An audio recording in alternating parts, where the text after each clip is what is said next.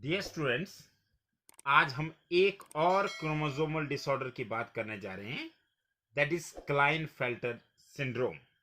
Klinefelter syndrome is also known as XXY syndrome. This is another name for this Klinefelter syndrome. अब इसे Klinefelter syndrome क्यों कहते हैं? क्योंकि इसका सीधा संबंध हैरी क्लाइनफेल्टर से. हैरी क्लाइनफेल्टर एक एंडोक्राइनोलॉजिस्ट थे और उन्होंने इस सिंड्रोम की बात की थी, इसको पब्लिश करवाया था.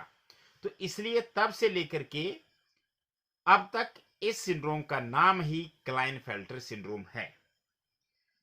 और इसका, जैसे कि मैंने आपको बताया कि जो कैरियोटाइप होता है दैट बिकम्स XXY. तो बेसिकली ये सिंड्रोम मेल में होता है और मेल में एक एक्स्ट्रा एक्स क्रोमोसोम आ जाता है. मतलब इसको अगर हम बात करें तो it is a karyotype of 47. क्योंकि देखिए, अगर हम नॉर्मल मेल की बात करें तो 44 प्लस XY ये नॉर्मल मेल है, तो टोटल हो गए 46.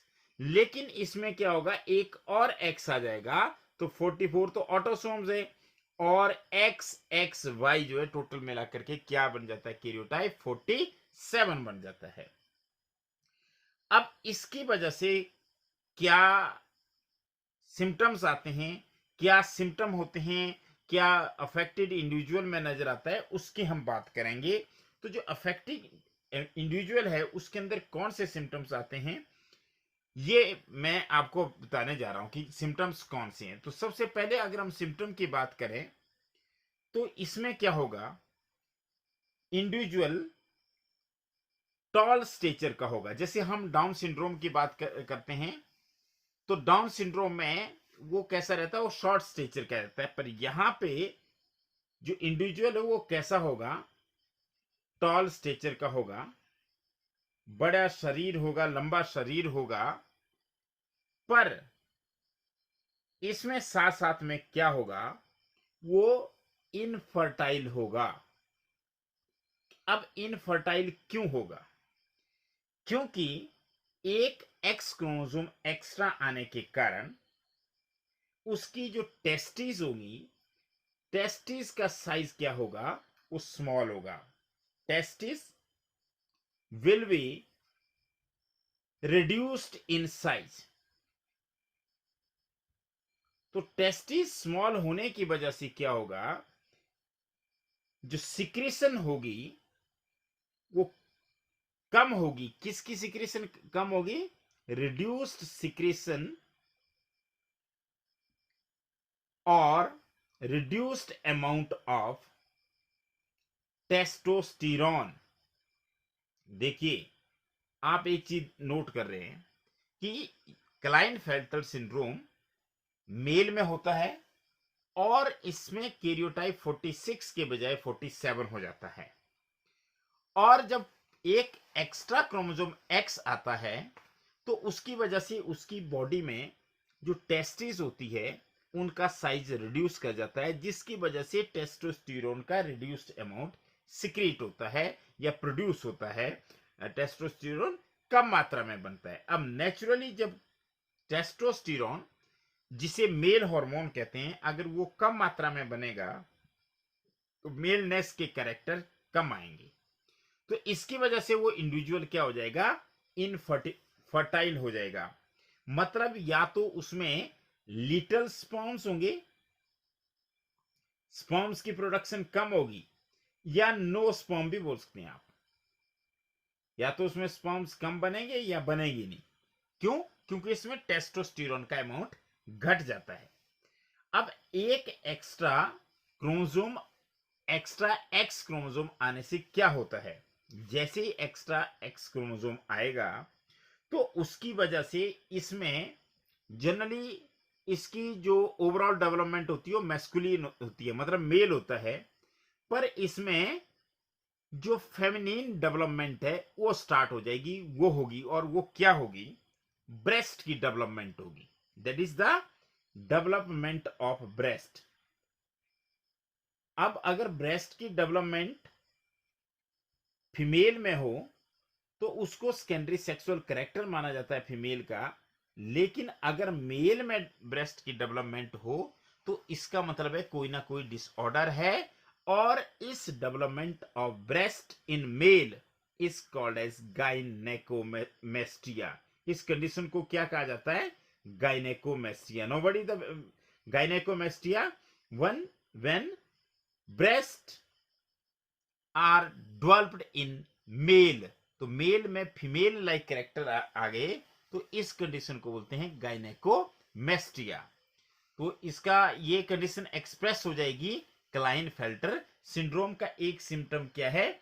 Breast development in male. और आपको पता है कि क्लाइनफेल्टर सिंड्रोम, जैसा कि मैंने आपको बताया, ये मेल में होता है और मेल में एक एक्स्ट्रा एक्स क्रोमोसोम की कॉपी आ जाती है। अब अगर हम इसके अलावा देखें, जैसे मैंने आपको बताया कि ब्रेस्ट की डेवलपमेंट हो रही है, साथ में क्या हो जाएगा? जो मसल मास है वो मसल मास भी क्या कर जाएगा? रिड्यूस कर जाएगा। जैसा आप अभी जो आपको पिक्चर दिखाई जा रही है, ये एनसीईआरटी की पिक्चर है। इसमें आप देख सकते हैं कि इंडिविजुअल टॉल स्ट्रेचर का है और इसमें फेमिनाइज्ड कैरेक्टर है। फेमिनाइज्ड कैरेक्टर क्या है? आपको ब्रेस्ट की डेवलपमेंट साफ दिखाई दे रही है, और जो मसल मास है वो क्या कर जाता है? वो रिड्यूस कर जाता है।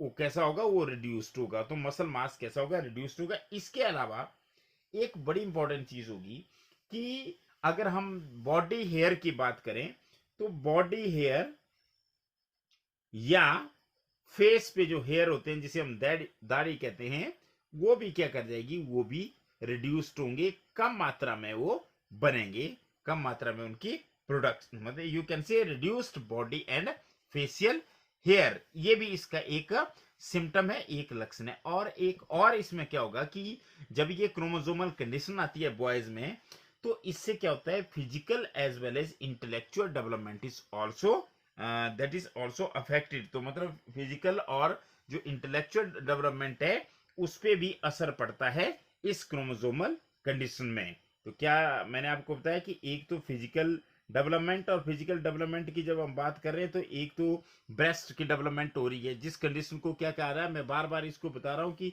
गायनेकोमेस्टिया। तो कई बार ये क्वेश्चन भी पूछा जाता है कि कौन से सिंड्रोम का एक जो लक्षण है, एक सिम्टम है, वो गायनेकोमेस्टिया है। तो आप सीधा बोलेंगे क्लाइनफेल्टर सिंड्रोम का। और इसमें physical development as well as intellectual development is also affected। तो ये डेवलपमेंट भी अफेक्ट हो जाएगी किस सिंड्रोम में? क्लाइनफेल्टर सिंड्रोम में। तो देखिए, अभी तक मैंने आपको बताया कि क्लाइनफेल्टर सिंड्रोम को XXY सिंड्रोम कहते हैं, और जिसका सीधा संबंध एक एंडोक्राइनोलॉजिस्ट हैरी क्लाइनफेल्टर से है। और इसमें जो कैरियोटाइप होता है वो 46 के बजाय 47 होता है, मतलब एक्स क्रोमोसोम की एक एक्स्ट्रा कॉपी आ रही है। जैसा आप इसमें देख रहे हैं, तो यहां पर जो पिंक कलर से दिखाया गया है ये एक नॉर्मल मेल का कैरियोटाइप है। आपको होता है कि 22 पेयर्स तो मेल और फीमेल में सेम होते हैं, और ये जो 23rd पेयर होता है ये होता है सेक्स क्रोमोसोम, और मेल के केस में कौन सा होता है? एक्स और वाई होता है। लेकिन अगर इसमें नॉर्मल क्रोमोसोम में क्या हो, अगर एक एक्स्ट्रा कॉपी आ जाए हमारे पास, तो उस स्थिति को क्या कहते हैं? उस स्थिति को कहते हैं क्लाइनफेल्टर सिंड्रोम। अब आप देखिए 46 के बजाय ये देखिए अब कितने बन गए हमारे पास? 47। तो अब ये किस चीज का जो कैरियोटाइप है? ये है क्लाइनफेल्टर सिंड्रोम का। तो क्लाइनफेल्टर सिंड्रोम में बेसिकली क्या होता है कि बॉडी में एक एक्स्ट्रा, बॉडी सेल्स में एक एक्स्ट्रा क्रोमोसोम आ जाता है, और उस एक्स्ट्रा क्रोमोसोम के जिसकी कॉपी बनती है वो होता है एक्स क्रोमोसोम होता है, जिसकी वजह से जो कैरियोटाइप है वो बन जाता है 47।